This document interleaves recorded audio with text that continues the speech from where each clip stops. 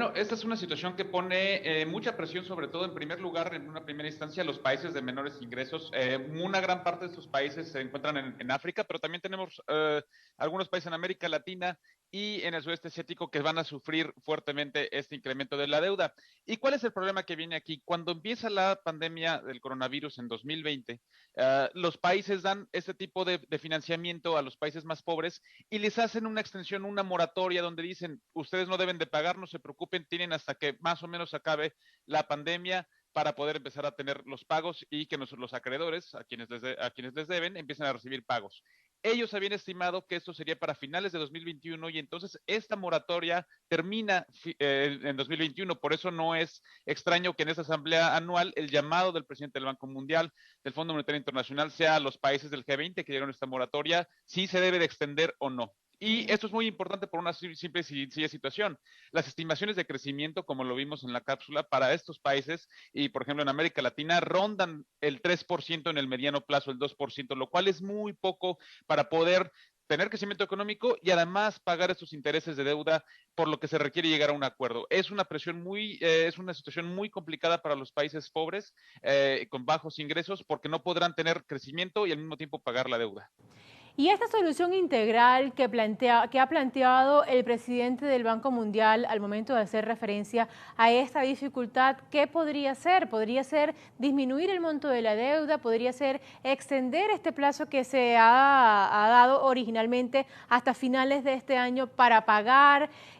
¿Cómo podría ser la estrategia para lograr que estos países puedan sostener sus economías, cumplir con estos compromisos quizá más adelante y a su vez seguir atendiendo el compromiso de carácter sanitario, porque la pandemia no ha terminado y esto requiere financiamiento adicional? Yo creo que por ahí irá planteado el tema integral, porque como bien lo señalas, no podemos desligar el tema de la recuperación económica con el manejo sanitario del tema de la pandemia, sobre todo las tasas de vacunación que puedan tener los países de menores ingresos, que es el requerimiento fundamental para poder volver a dinamizar la economía. Seguramente el plan integral pasará primero por una extensión de la moratoria, eso tendrá que ser, yo creo que algo necesario, totalmente necesario, porque es imposible que a 3 meses de que acabe el año puedan estos países empezar en verdad a cubrir esos intereses. Y yo creo que también los países desarrollados, el G20 está en una muy buena disposición de seguir extendiendo esto. Posiblemente el plan integral lo que pueda lograr también sea un apoyo mayor para la vacunación, ya sea a través de la entrega de vacunas, ya sea a través de la donación o con donación de los préstamos que se hayan dado en gastos para temas de salud o temas relacionados con el combate a la pandemia del COVID-19.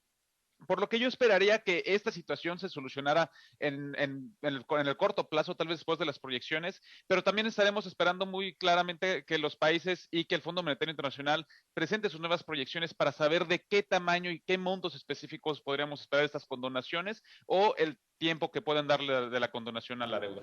Sí, estas proyecciones definitivamente van a ser clave y como decíamos, pues falta solo menos de 2 horas para conocerlas.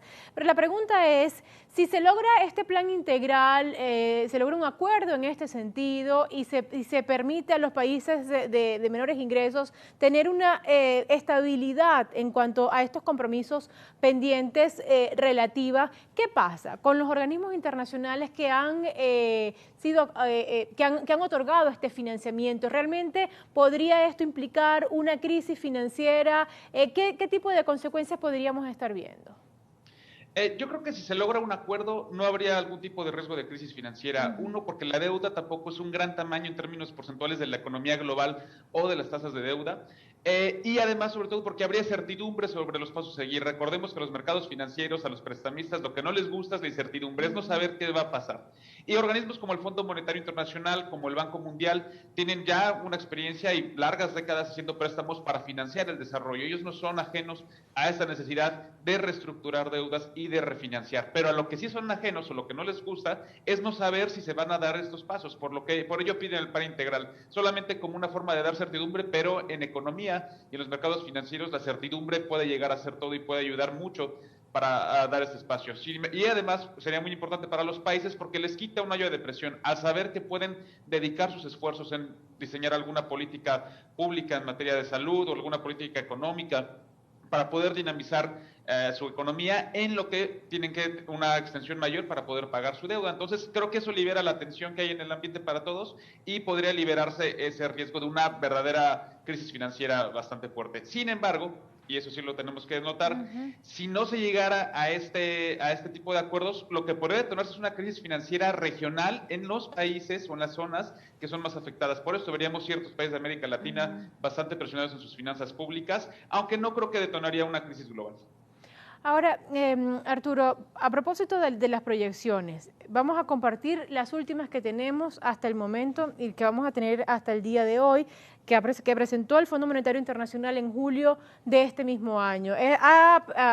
Previó en ese momento que la economía mundial podría registrar un crecimiento de 6%, que la de América Latina y el Caribe estaría muy cerca, con una expansión de 5,8%. Mencionaba justamente el desempeño de la economía de algunos países de América Latina y el Caribe.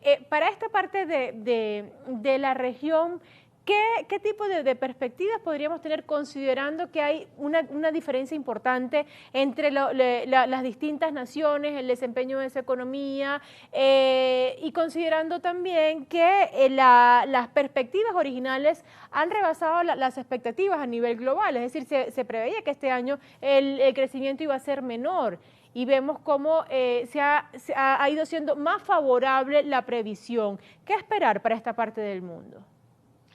Bueno, para América Latina yo creo que efectivamente ahorita la estimación de crecimiento anda alrededor del 6,7% más o menos con respecto del año anterior, lo cual suena a un número muy bueno, suena muy grande. Sin embargo, tenemos que tomar en cuenta que esto viene de una base de comparación muy baja. La caída de la pandemia del COVID-19 fue bastante fuerte. Entonces, esta recuperación, aunque es muy buena, sí nos dice algo, pero lo que en verdad estamos buscando, y por eso lo señalaban, y son las presiones tan importantes del Fondo Monetario, es lo que va a pasar en el mediano plazo. Si el crecimiento no logra ser mayor en el mediano plazo al 3%, vamos a tener un problema en la región en muchas otras índoles. Esto, sin embargo, al parecer se creía que podíamos tener ese tipo de incremento regional jalado por ejemplo, la economía estadounidense, la economía china también en recuperación. Sin embargo, hoy en día hay dos riesgos muy importantes a esta recuperación mundial. El incremento en los precios energéticos que estamos viendo con la crisis europea, por ejemplo, del gas natural, un incremento en los precios del petróleo, inflación, y el segundo punto es la inflación que empieza a crecer en todo el mundo. Si esos precios siguen incrementándose, van a afectar las economías internacionales. Eso va a ser imposible que no pase algo, no hay una afectación. Y el tema de inflación es muy importante porque si la inflación sigue subiendo, las tasas de interés tendrán que subir, habrá menos liquidez y menos dinero en los mercados, y eso significa que puede también reducirse la dinamización económica y el crecimiento del mediano plazo. Esos son los dos mayores riesgos que hay, por lo que aún incluso las cifras que veamos hoy seguramente tendrán que ser revisadas a finales del año con unos números bastante tal vez diferentes, porque depende de cómo se desarrollen estos riesgos en los siguientes 3-5 meses, de cómo va a ser la verdadera recuperación viniendo 2022, 23 y 24. Y definitivamente